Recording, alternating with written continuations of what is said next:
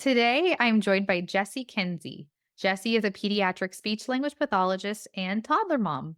She owns a private practice called Simply Speech Therapy in Southern California and provides parent coaching to families of late talkers. Prior to becoming a speech therapist, she was a high school English teacher. Her mission through speech therapy and parent coaching is to celebrate children's unique strengths and interests while helping them communicate successfully at home and in the community. Jessie, thank you so much for coming on today. Thank you for having me. I'm really excited to be here. So, does that cover everything, or is there anything else you'd like to add before we talk about your private practice? No, I think you got it. Awesome. So, what motivated you to start your private practice? Yeah. So, what really motivated me to start my practice and kind of like got the gears in motion was having my son. I have a toddler. He's just over 1 years old. And that was kind of my catalyst for, it's time to make a change. I wanted that flexibility of a schedule. And so I made the jump. But really, it's something I had always wanted to do. I worked in a school and then I was working part time in a private practice. And I realized that that wasn't feasible with a baby on the way. And it was time to kind of try out my dream and actually start a practice. So when I was pregnant and then when I was on maternity leave with my son is really when I got my company up and running. Wow. So, it's a little over a year or a little under a year old? Yeah, he's a little over a year old, and my company just hit the year mark. So I've been seeing clients privately for, yeah, about a year. Full time, part time? Part time. Yeah, Okay. part time. So I see clients about 3 days a week. I see clients Tuesday, Thursday, and then like half the days on Wednesday and Saturday. So it's nice. It's very flexible for me right now. And then I have an awesome SLPA who sees clients too.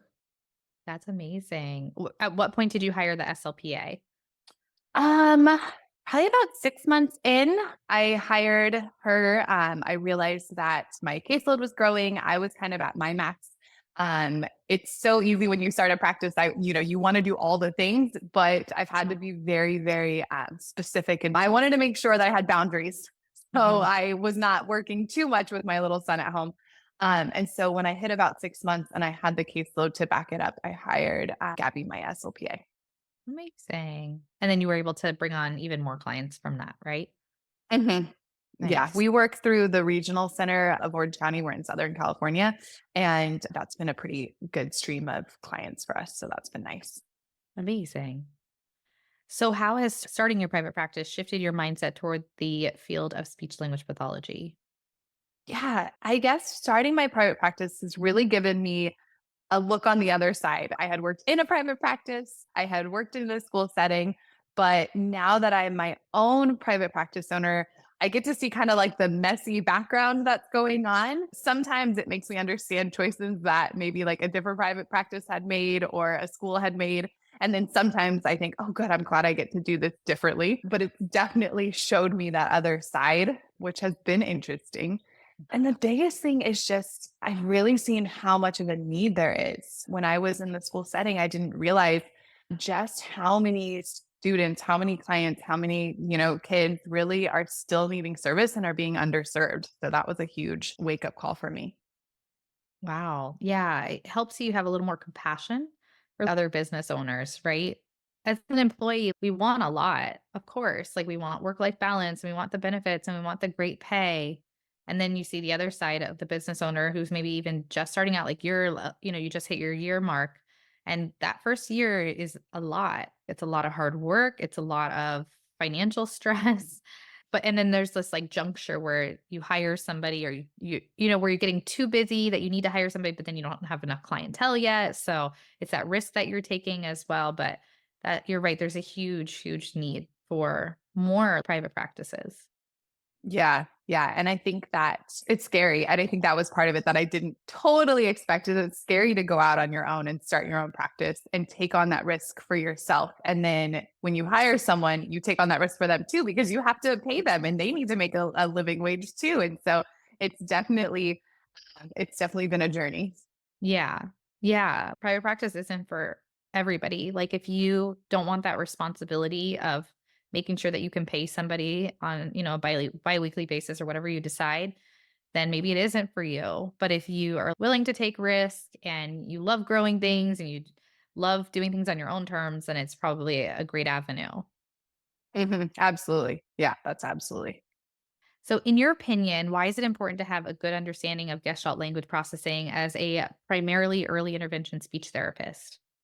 Yeah, so it's funny because I was in the schools and I knew that I was kind of a jack of all trades, right? When you're in the schools, you're working with so many different types of students all the time, and you need to know a little bit about everything. Mhm. And then when I decided to start my own practice, I was like, okay, you know what? This is my time. I'm going to get focused and I'm going to kind of get like a niche.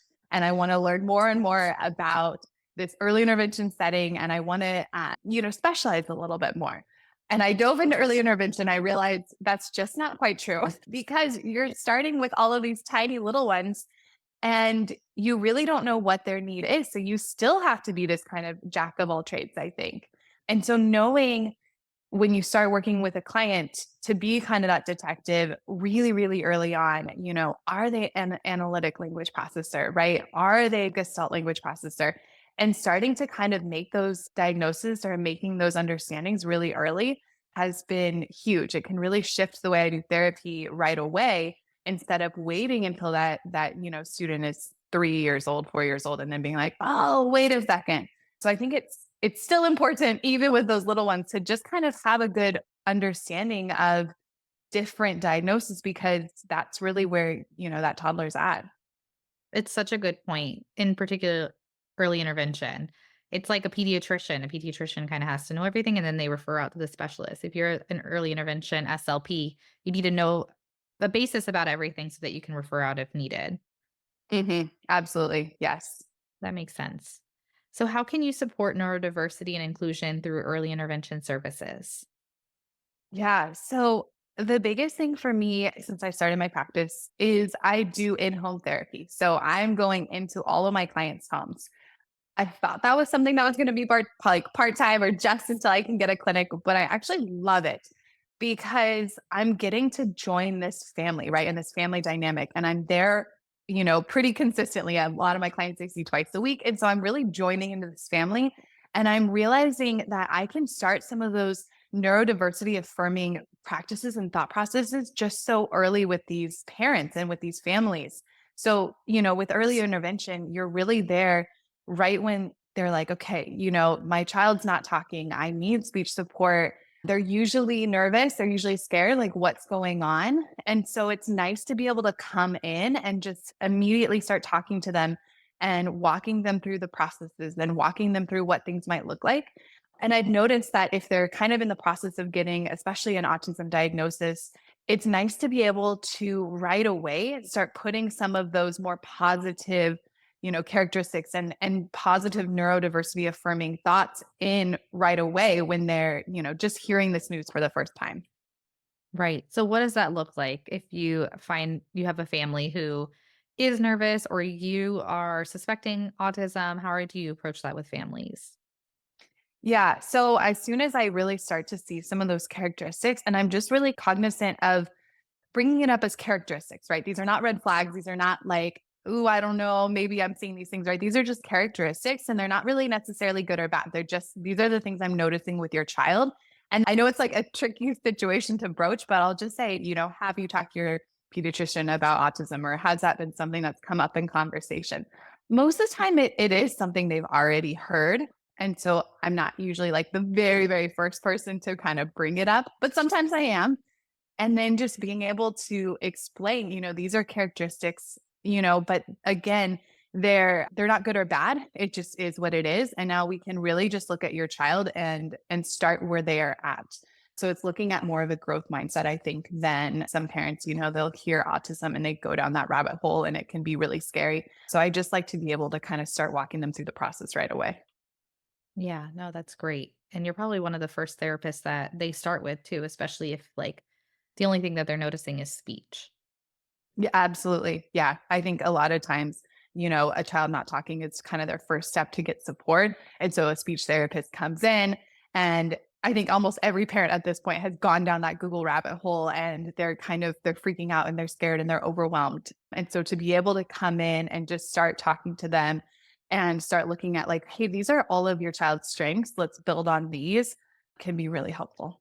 Mhm, mhm. So, In your initial session, are you doing an evaluation or are you like getting to know the child and then doing the evaluation at another point? Yeah. So it depends. When you're working through, like, I see a lot of my clients through the regional center in California. So if you're in California, sometimes they're coming to me with their evaluation already done. And sometimes I'm the one doing it. But either way, I let families know my main focus initially is building rapport because that's just the most important part. That's how you're going to see what they're actually capable of doing is by building really good rapport and making sure they feel comfortable sharing the language that they do have. And so building rapport is always that first step. I explain that to parents. My first couple sessions, my focus is not on language, right? My focus is just on building rapport. Yeah, no, I love that. That's great. I asked because you had mentioned like when you're in early intervention, you're looking at is this an analytic language processor? Is this a Gestalt language processor? And I think, those evaluations look different. So that's something that I've been kind of adjusting recently. I used to do the evaluation initially. So I would do the evaluation like the first session, but I was talking to a friend who has a private practice nearby, and she said that she spends the first session's like a meet and greet. She still charges for it. And then the next one is like also just like building rapport. And then maybe by like the third, she starts the evaluation. And I like that because I also think it gets parents to kind of buy into it a little bit more. I've seen some parents who just want to get the evaluation and then they like don't come back, or they'll find somebody maybe like closer to them, especially if you are like specialized in Gestalt language processing, not specialized, but like trained in Gestalt language processing. So that has been an interesting shift, but a good one I've noticed. So do Mhm. you do anything like that? What does your intake process look like? Yeah. So it looks different depending on the client. And that's just because if I'm seeing a client through the regional center, their process is kind of set. And so really they do an evaluation and then I'm kind of doing that detective work after potentially. And then I also take private pay clients. And for those, I've noticed I've started to do something very similar. The first session or two, I'm not jumping into an evaluation. I'm really building rapport because then you're able to learn so much more about that client and see really what's going to be helpful to them. So yeah, I've when I have the flexibility, that would be my preference. The first session or two, it's going to be building rapport, collecting some language samples, but I'm not going to jump into like a standardized test right away if I can help it. Right. And you're getting a much better picture of what the child can do. It's just way more valid, I think. I just remember working for a private practice that accepted insurance, and we had to do the evaluation that first session within such a short period of time. And, most of the time the kids were very cooperative and it worked out, but there were other instances where you could not get any information, but then you still had to write up an evaluation. So, yeah, it's hard. Yeah. And I know families struggle with that. And I don't blame them because, and I've had this happen often is if you do have to for insurance or for something else, if you do have to do that assessment right away, the family saying, well, they can do all these things, but they weren't included in the assessment or they weren't included in the report. And that can be so frustrating. So I think the more that you can build rapport and really get to know the child and just to a really good quality parent interview, it can make a big impact. Right, because if you get an evaluation back, you want it to be representative of your child. If it's not, you're like, "Did they even do the evaluation on my actual child? Is this even accurate?" Because they're saying that they can't do these things, but they can. Mhm. So, like, are these goals even appropriate? Yeah, it's definitely a problem, I think, and so it's nice to see this shift that private practices are able to make, because I think it's gonna benefit the client a lot more in the long run. Mhm. Yeah, absolutely. Amazing. Well, is there anything else you'd like to share, or maybe some piece of advice that you have for SLPs who are thinking about private practice? Yeah. Yeah, it's funny. As I started my private practice and, I got my kind of social media up and running, is a lot of my friends that are also SLPs have been reaching out like, "Hey, how did you do this?" or "How do you feel?" or "Was it worth it?" And the biggest thing is I would say yes. If you are willing to take that risk, I mean, it definitely is scary at first, but if you're willing to take that risk, then I think that it's really, really beneficial because you do get to kind of create exactly what you want. I get to see the clients that I'm most passionate about and I get to kind of build this practice in a way that, feels good for me and that works with my family and that's been really rewarding. Amazing. Such good advice. Well, thank you, Jesse, so much. This has been awesome. If people want to find and connect with you, where can they find you? Yeah. So on social media and Instagram, I'm at simply speech underscore. I post a lot of strategies and tips for late talkers, but I'd love to have you follow me there. And if you have questions or anything, feel free to message me. And then you can also find me at simplyspeechtherapy.org. Amazing. Thank you so much, Jessie. Thank you. I appreciate it.